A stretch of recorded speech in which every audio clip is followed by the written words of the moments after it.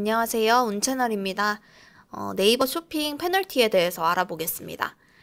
스마트 스토어 판매자 센터에서 하단에 보시면은 판매 페널티라 해가지고 이 판매를 활동을 하다가 뭔가 문제가 있거나 뭔가 빠르게 처리가 안 됐을 때 받는 페널티가 있습니다. 페널티를 받게 되면은 단계별로 제재가 가해질 수 있는 부분이어서 판매 활동을 할 때 좀 주의해야 되는 부분 중에 하나인데요. 요 페널티 부과 기준에 대해서 좀 자세히 알아보도록 하겠습니다. 페널티 요 설명 부분에 기준 자세히 알아보기를 클릭을 해보시면은 이쪽 서비스 이용 규칙의 판매 관리 프로그램 쪽으로 이동이 되는데요. 이쪽에서 이제 판매 페널티가 언제 부과가 되는지에 대해서 항목이 자세히 나와 있습니다. 첫 번째, 발송 처리 지연에 대해서 알아보겠습니다.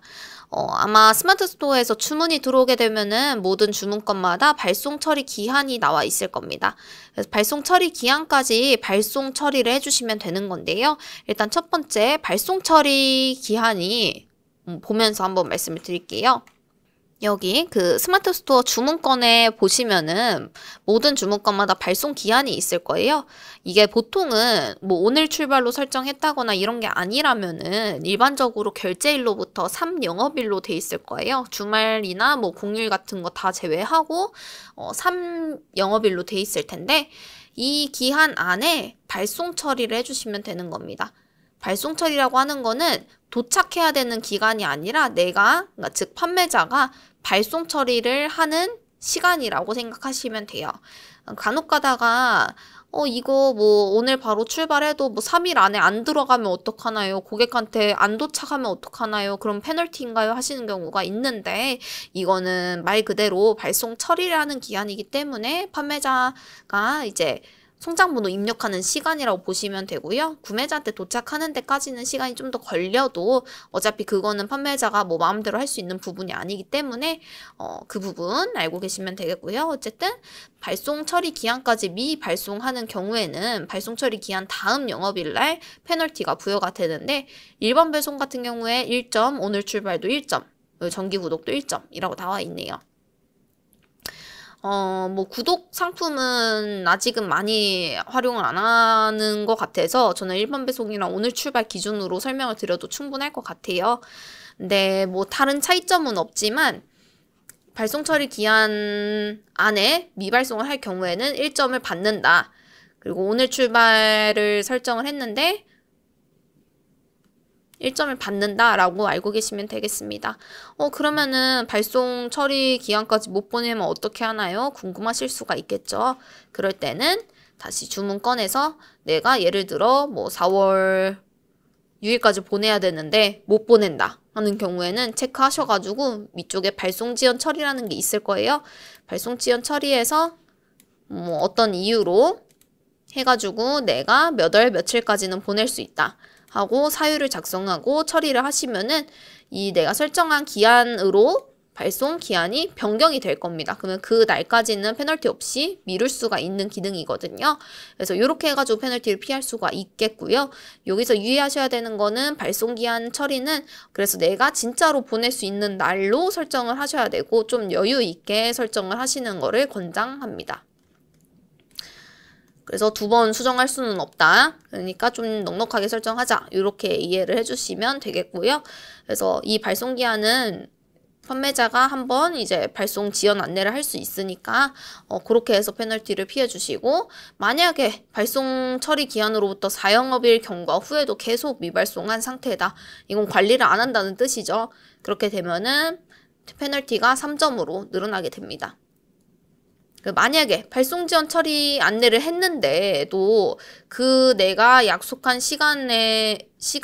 약속한 날로부터도 또 1영업일 이내에 미발송을 했다 라면은 다음 영업일에 2점을 받고 3점을 받게 됩니다.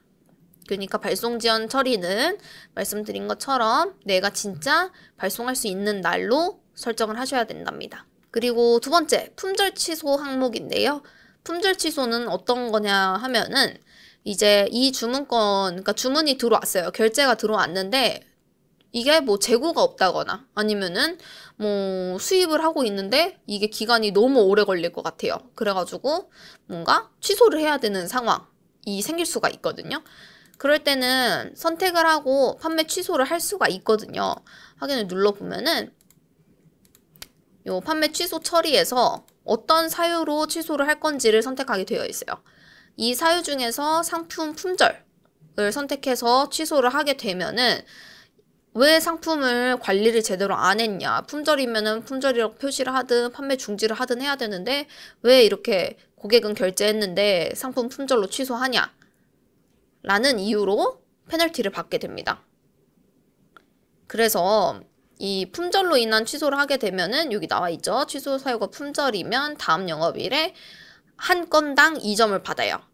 어떤 사례가 있었냐면은 특정 상품이 갑자기 엄청나게 판매가 많이 됐던 사례가 있었어요. 뭐 TV 이런 쪽에 나와가지고 소개가 돼가지고 엄청나게 많이 판매가 됐었는데 그때 주문건이 당연히 많이 모이겠죠. 많이 모여가지고 이제 그거를 처리를 해야 되는데 어떻게 하다 보니까 품절돼가지고 이제 상품이 재고는 한정이 되어 있는데 못 보내주는 그런 상황이 생긴 거예요. 그래서 어쩔 수 없이 취소를 해야 되는데 이거를 그냥 내가 여러 주문건이 있어서 그냥 이렇게 하고 판매 취소해가지고 품절로 취소를 한 거예요. 그렇게 되면은 한 건당 아까 2점이라고 했었죠. 그러면 만약에 15건이다 하면 30점의 페널티를 한꺼번에 받게 되는 겁니다. 그래서 어떻게 해야 되느냐. 만약에 주문이 들어왔는데 품절이에요. 그래서 뭐 어딜 봐도 보낼 수가 없는 상황이에요. 그럴 때는 바로 취소하지 마시고 고객한테 일단 유선상으로 안내를 한번 하시는데 하실 때 우리가 직권으로 취소를 할 수도 있지만 고객님께서 취소 바로 해주시면은 이게 뭐 조금 더 빠르게 처리가 가능하다. 뭐 이런 식으로 안내를 좀 돌려서 잘 하시면은 대부분의 고객들은 취소를 할 줄 아는 사람들은 취소 요청을 하실 거거든요. 그러면은 승인만 하시거나 아니면 발주 확인하기 전이라면은 그냥 바로 취소가 진행이 될 텐데 만약에 그래도 나는 못 하겠어요. 뭐 취소하는 방법 몰라요. 이렇게 하시는 경우에는 어쩔 수 없겠지만 품절 처리를 할 때 일단은 고객한테 잘 안내를 하시고 뭐 다른 상품으로 연결할 수 있으면은 더 좋겠지만 뭐 그렇지 않고 정말 취소를 해야 되는 상황이라면은 고객님한테 직접 이제 취소를 할 수 있게끔 유도를 하시면 되겠고 고객이 취소할 때도 고객이 취소할 때 그 사유를 선택을 할 수 있게 나오거든요. 근데 고객이 품절로 선택을 하든 뭘로 선택을 하든 상관없어요. 고객이 취소하는 거는 페널티랑 관련이 없고 판매자가 취소할 때만 품절로 인해서 취소하면은 그러면은 그게 페널티로 이제 처리가 됩니다. 그래서 여기에서 이제 한 가지가 그러면은 품절이 아니라 다른 걸로 선택해서 하면 안 되나요? 뭐 예를 들어 배송 지연으로 해서 뭐 죄송합니다. 이게 뭐 재고가 없어서 취소합니다. 이런 식으로 하면은 안 되나요? 하시는 경우도 굉장히 많더라고요. 근데 이제 그렇게 하셔도 상관은 없어요. 상관은 없고 품절이 아닌 다른 사유를 선택하게 되면은 페널티를 안 받습니다. 그래서 상관은 없지만 이게 혹시라도 여기에 나와 있죠. 판매 사유를 취소하는 사유를 실제 사유랑 무관하게 임의로 설정할 경우에는 고의적 부당행위로 간주한다. 그래서 뭔가 조치될 수 있으니까 정확하게 사유를 선택하세요. 라고 나와 있습니다. 혹시라도 이게 이제 걸리거나 했을 때는 어쨌든 판매자님이 그거에 대한 책임은 지고 진행을 하셔야 된다는 거. 그래서 품절 취소는 이렇게 페널티를 2점을 받게 된다라고 알고 계시면 됩니다. 그리고 반품이랑 교환 처리할 때도 이제 반품 상품 또는 교환 상품을 수거 완료일로부터 3영업일 이상이 경과가 됐는데도 아무런 처리를 하지 않으면은 페널티를 받게 되어 있습니다. 그래서 수거 완료가 됐으면은 뭐 환불 처리를 해주든 교환 재배송 처리를 해주든 뭔가 액션이 있어야 되는데 그런 액션이 없으면은 페널티를 받게 된다는 거를 알고 계시면 됩니다. 자, 그래서 페널티를 받게 되면은 어떤 제재를 받느냐?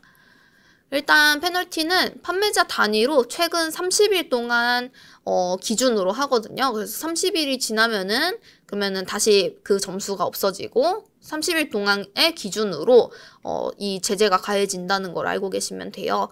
그래서 자, 30일 동안 페널티 점수가 10점 이상이면서 비율 즉 결제 건수랑 페널티 점수의 그 비율을 따졌을 때 40% 이상일 경우에는 이게 적발 횟수가 1회, 2회, 3회에 따라서 뭔가 판매 활동에 제한이 들어간답니다. 그래서 1단계 처음으로 내가 10점 이상 40% 이상을 넘었다 라게 되면은 일단 처음에는 주의라고 해가지고 뭔가 따로 제재가 가해지는 거는 없지만 주의하세요 라고 안내가 될 겁니다. 근데 만약에 1단계 주의를 받았는데 또 다시 10점 이상 40% 이상을 받았다.